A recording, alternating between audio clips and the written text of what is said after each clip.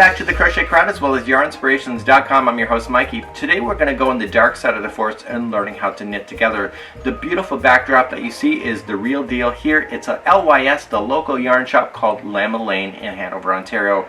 Agreed to let me film in here for the introductory series of learning how to knit. But I'll tell you a little secret, I don't know how to knit. So you're going to be able to knit along with me and learn the lessons as I do. Yarnspirations.com has asked me to learn the basics of knitting, and I tell you I almost dropped the phone when they told me to do so, because knitting for me has been one of those projects and one of those items and one of those crafting where I kind of beeline past it because the knitting wall scares the bejeebus right out of me.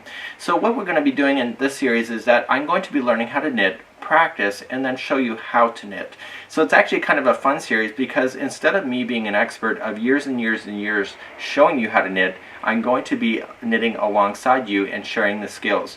Now I've rounded up a couple women that are actually going to be teaching me in person on how to be able to knit, as well as there's some great tutorials already available on yarnspirations.com in their YouTube channel on the basics of knitting as well. So what I want to do is I want to kind of go in there and learn the basics, because I think my fear of the yarn aisle for the knitting section is the fear of the unknown, of not being able to really understand it.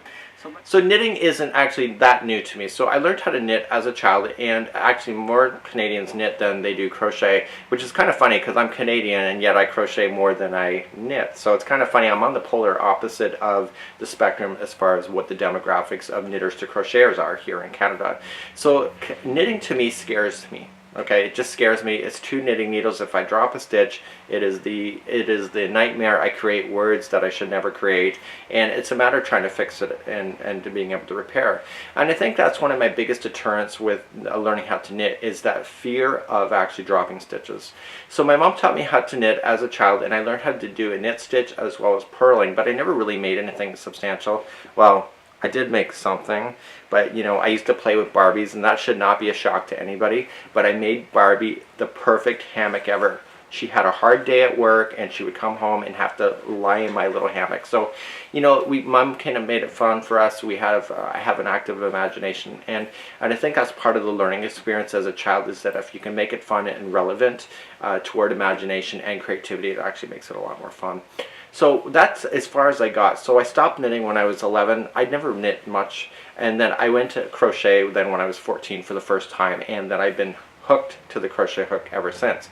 But knitting came back into my life a few years ago. Let me tell you a little bit about that.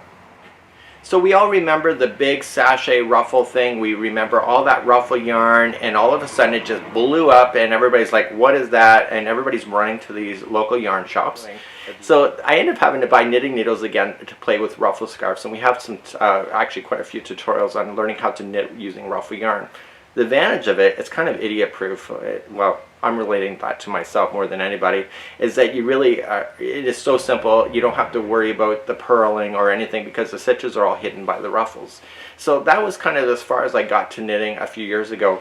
But now I'm thinking about going really harder to the dark side and learning how to knit. So let's talk a little bit about your first steps and kind of the fear that I have when it comes to learning how to knit. So my biggest fears on how to knit is that I have these assumptions, and this is the introductory series, and I'm hoping at the end of the series that I have a change of opinion. So knitting to me means expensive, it means hard, it means complicated, it means impossible. It means a lot of words that are very negative in the sense, and I think that's why I always beeline past the knitting section, is because I have this automatic assumption. But I think it's like anything. When you don't understand something, you come to the conclusion of what it means for you, even though it may not even be realistic. Now, technically, there are people that crochet and knit, and some people prefer one or the other. I can see that being totally relevant, but for myself, is that I gravitate towards the crochet because it's just so much easier, because I don't have to learn how to hold the knitting needles, and I don't have to learn a lot of things. I don't understand how to read crochet or knitting patterns. I don't understand the knitting needle sizes. I don't even know what circular needles are versus the regular straight ones. So there's a lot of lessons that I need to learn within myself, and I think it's that fear that stops me from wanting to pursue. And so, you know, for me on the Crochet Crowd, it's all about the experience of being able to share the joy of crochet.